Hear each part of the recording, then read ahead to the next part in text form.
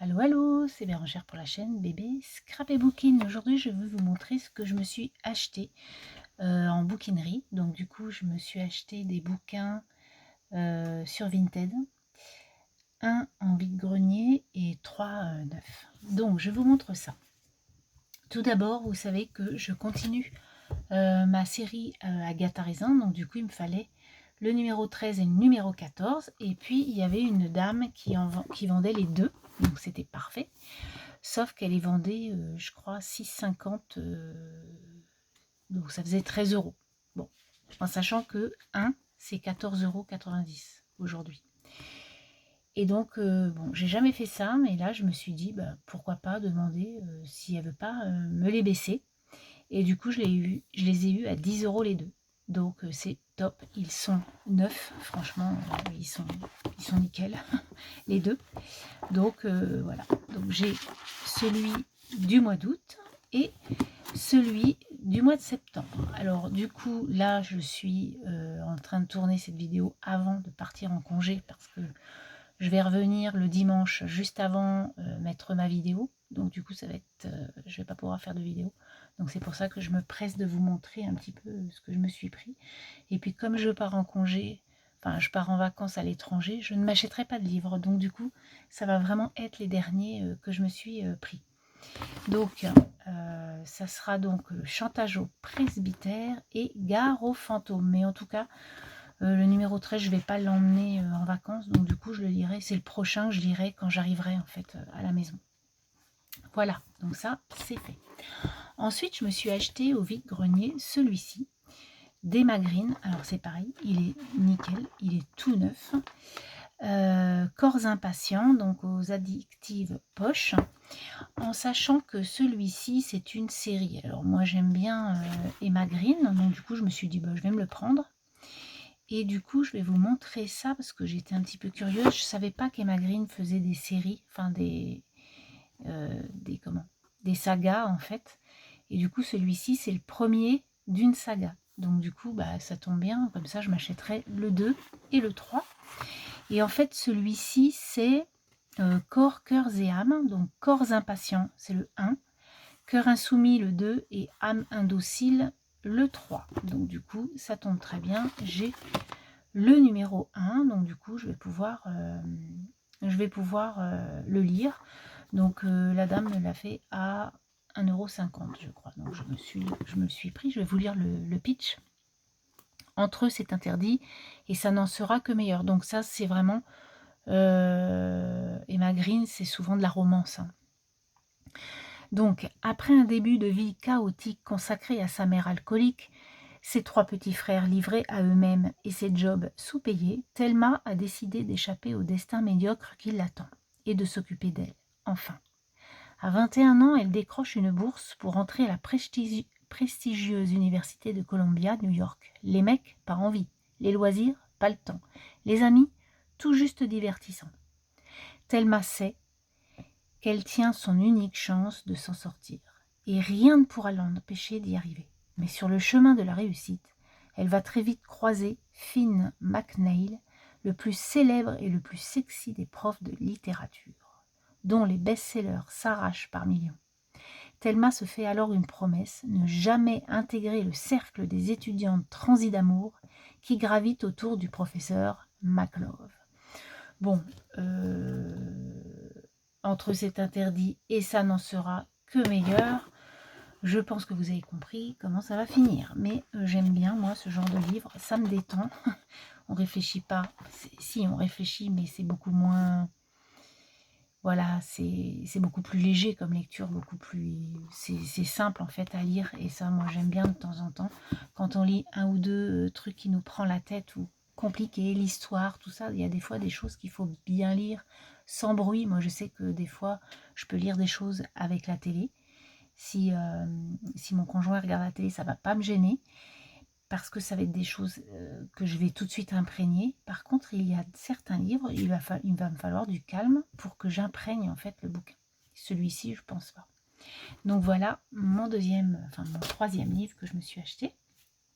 Ensuite, je me suis acheté Ça y est, je me le suis procuré, L'heure des femmes d'Adèle Bréau, depuis le temps que je voulais l'acheter. Et du coup, comme il est sorti en poche, eh bien, je me le suis pris 9,20 €. Donc en fait, je ne savais pas du tout que la grand-mère d'Adèle Bréau était la célèbre Ménie Grégoire. Moi, j'en avais entendu parler par ma maman et ma grand-mère quand j'étais gamine, et c'est vrai que ce nom, je l'avais toujours dans la tête, mais je ne savais pas du tout que c'était la grand-mère d'Adèle Bréau. Donc du coup, ça va être sur sa grand-mère.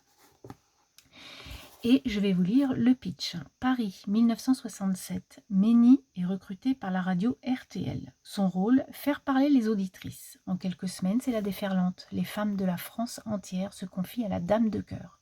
Bientôt, elles seront des millions à la suivre. Parmi elles, Mireille et Suzanne qui découvrent qu'elles aussi pourraient maîtriser leur destin.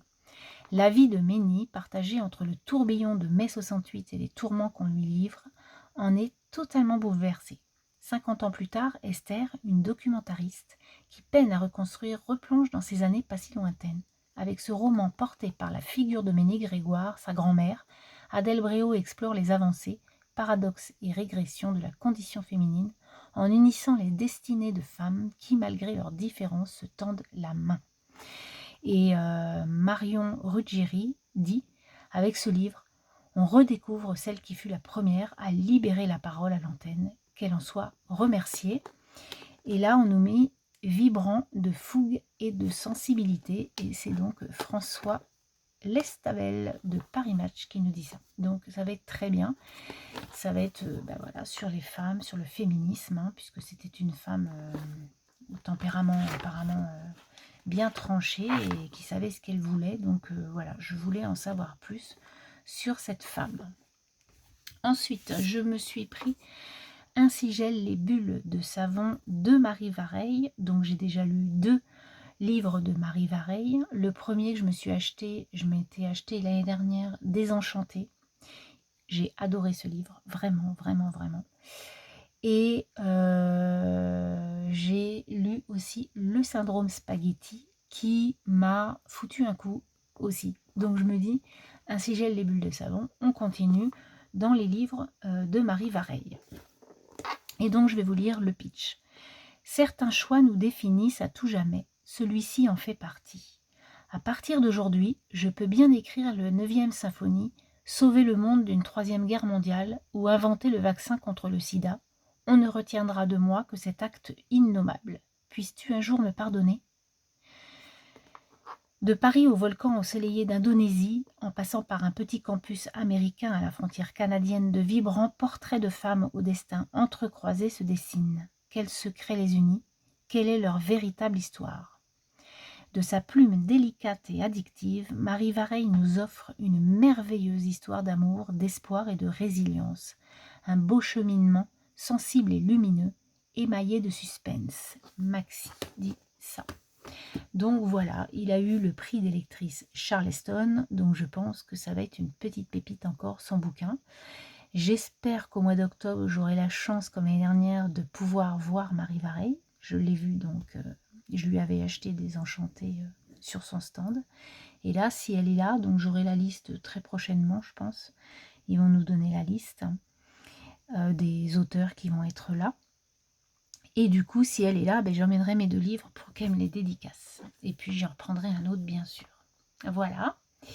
Et enfin, donc, vous savez qu'on a un auteur qui est décédé il y a peu de temps, Bruno Combes, après d'ailleurs un salon. Je crois que c'était un salon à Paris. Enfin, je ne veux pas dire de bêtises. Enfin, il a fait un gros salon. Et la semaine d'après, il est décédé. Et du coup, c'est donc Le secret de la montagne noire de Bruno Combes. Et là, c'est l'intégrale. Donc, il y a 2 livres dans ce bouquin. Il y a les 2 tomes, en fait. Et c'est ses premiers livres. Donc, j'ai voulu... Voilà. Je ne connais pas du tout Bruno Combes. Et du coup, je me suis dit, je vais commencer par le début en lisant ce livre. Donc, je me suis pris Le secret de la montagne noire. Je crois que c'est le premier... Attendez, je suis pas sûre parce que je sais que peut-être le premier il n'y était pas. Et du coup, je sais plus du tout. Il a été écrit quand, lui? imprimé en 2022, ouais, mais bon, je sais plus. Ça se trouve, il y en a peut-être un avant, en fait. Je vais regarder et puis je vous redirai. Et si vous le savez, dites-moi-le. Donc le premier, il s'appelle Les Amants de la Bergerie. Et le deuxième, il s'appelle La Promesse de Cristal. Donc il y a vraiment 2 livres en un. Alors je ne sais pas où. On va voir ça. Je vais vous montrer. Voilà. Vous voyez, La Promesse de Cristal. Donc, et là, Les Amants de la Bergerie. Donc il y a bien 2 livres sur ce bouquin. Donc là, non, hein, seulement si tu en as envie. Je pense que c'est les 2 premiers, mais j'en suis pas certaine. Bref, je vais vous lire le pitch. Tess, jeune lycéenne de 18 ans, quitte sa famille et sa montagne noire par un matin glacial de décembre. Elle ne supporte plus le silence qui règne au domaine des Forges, la propriété viticole familiale située dans le pays de Cabardès, proche de la cité de Carcassonne. Elle a décidé de partir faire le point dans une abbaye du Massif central, mais son départ va faire ressurgir les secrets du passé. Quand la montagne noire aura livré la vérité, Tess pourra-t-elle enfin être heureuse? Voilà, donc moi ça m'a parlé quand j'ai lu le résumé, et puis il paraît que c'est vraiment une belle plume. Voilà, des histoires de vie, moi j'aime bien de temps en temps lire ça. Donc voilà mes derniers achats. Hop. Donc il y a 6 bouquins de plus dans ma pile à lire, et du coup celui-ci sera lu au mois d'août. Sur ce, je vais vous laisser. Je vous souhaite une belle journée, une belle semaine, et je vous dis à très bientôt. Bye bye.